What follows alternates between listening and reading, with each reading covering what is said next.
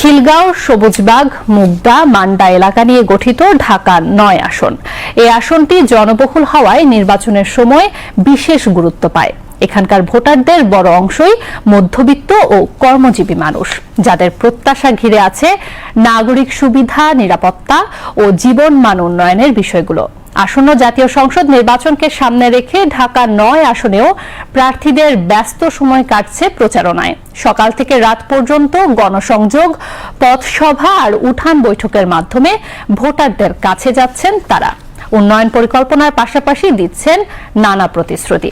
ভোটাররাও সরাসরি জানাচ্ছেন তাদের চাওয়া পাওয়ার কথা। এই মুহূর্তে খিলগাঁও এলাকায় রয়েছেন আমাদের সহকর্মী গোলাম মর্তুজা। সেখানকার নির্বাচনী মাঠে সর্বশেষ পরিস্থিতি জানাতে যুক্ত হচ্ছি তার সাথে। মর্তুজা, কেমন দেখছেন ঢাকা ৯ আসনের প্রার্থীদের প্রচারণা? ভোটারদের চাওয়া পাওয়াই বাকি। ধন্যবাদ তানজিনা। আপনার মাধ্যমে আমি জানাতে চাই দর্শকদেরকে, আমরা এই মুহূর্তে অবস্থান করছি রাজধানীর উত্তর বাসাবো এলাকায়, যেটি ঢাকা ৯ আসনের অধীনে একটি এলাকা, এবং এই এলাকার অধীনে রয়েছে খিলগাঁও, সবুজবাগ এবং মুগদা, মান্ডার বেশ কিছু এলাকা। আমরা দেখেছি যে আজকে জুমার দিন, এই দিনে কিন্তু প্রার্থীরা তাদের নির্বাচনী প্রচারণা শুরু করেছেন জুমার নামাজ আদায়ের মাধ্যমে। আমার সাথে এই মুহূর্তে আছেন এই এলাকারই বিএনপি মনোনীত প্রার্থী জনাব হাবিবুর রশিদ হাবিব। তার সাথে আমরা একটু কথা বলবো। আমরা দেখছি তিনি মিডিয়াকে ব্রিফ করছেন, তার কাছে একটু শুনবো তার কথা। অতীতে মানে পর্যালোচনা করলেই সেই ভিত্তিতে আমাকে ভোট দিবে। আমার অতীত যদি এই এলাকার মানুষের জন্য সুন্দর হয়ে থাকে, ভালো হয়ে থাকে, তাহলে সে বিবেচনা করবে। আমাকে এলাকার মানুষ মানে তাদের পরীক্ষার জায়গাগুলো আমি পার হয়ে এসেছি। এলাকার মানুষ আমার অতীত জানে, বর্তমান জানে। সে কারণে মানুষ যদি মনে করে যে আমার অতীত তাদের জন্য ভালো ছিল, অবশ্যই আমি আশাবাদী। আর তারপরে আমি তাদের এলাকার, আমি তো নির্বাচন কেন্দ্রিক এই এলাকায় আসিনি, আমি এসেছি তাদের সন্তান হিসাবেই, ছোট থেকে ছিলাম, এখনও আছি। সেই আমি মনে করি যে আমি এই নির্বাচনে না দাঁড়ালে বুঝতে পারতাম না যে আমি এলাকার মানুষের এত ভালোবাসা কবে পেয়েছি। এবং আমি আরেকটু প্রশ্ন করতে চাই, আমরা এই মুহূর্তে সরাসরি আছি নির্বাচনে, ভোটারদের সাথে নিশ্চয়ই সংযুক্ত হচ্ছেন। ভোটারের অনেক কিছুই, অনেক চাওয়া পাওয়া তাদের। আপনি যদি নির্বাচিত হন, সেক্ষেত্রে তাদের প্রতি আপনার পরিকল্পনা কি এই এলাকার উন্নয়নে, যদি একটু জানতেন।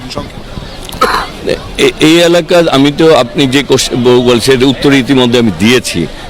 তারপরে আমি আপনাদেরকে বলতে চাই, সেটি হচ্ছে যে আমি যেহেতু এই এলাকার সন্তান, এই এলাকায় আমি অলিতে গলিতে বেড়ে উঠেছি। এই এলাকার মানুষের সাথে আমার একটা সামাজিক, রাজনৈতিক, ব্যক্তিগত সম্পর্ক রয়েছে। এই এলাকার মানুষের যে সমস্যাগুলি, সেগুলি আমি মনে করি আমার নিজেরও সমস্যা। কারণ এই একই রাস্তা দিয়ে আমি হেঁটে যাই, একই রাস্তা দিয়ে আমি যেমনিভাবে যাই, এলাকার প্রতিনিধি সমান। আমি তো তাদেরই মানে তাদের দুঃখগুলি আমার দুঃখ, আমার দুঃখগুলো তাদের দুঃখ। একই দুঃখে আমরা নাগরিক সুবিধা থেকে বঞ্চিত, শুধু সেই সুবিধাগুলি বাস্তবায়ন করাই হচ্ছে আমার মূল লক্ষ্য।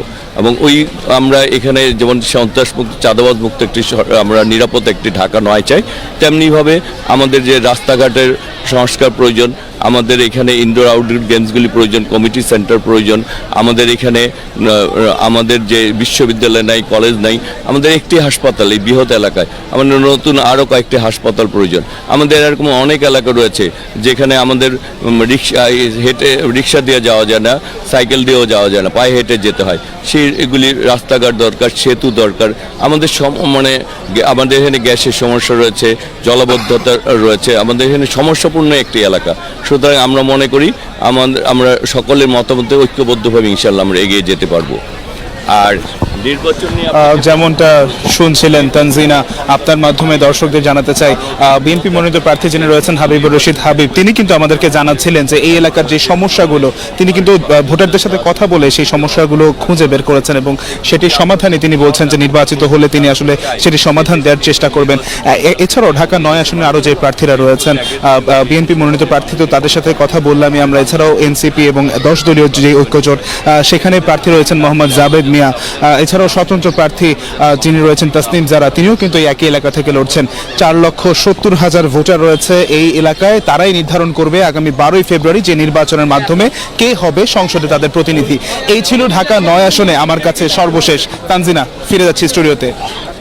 ধন্যবাদ মর্তুজা। খিলগাঁও এলাকা থেকে যুক্ত হয়ে ঢাকা ৯ আসনের প্রার্থীদের প্রচারণার সর্বশেষ পরিস্থিতি আমাদের জানানোর জন্য।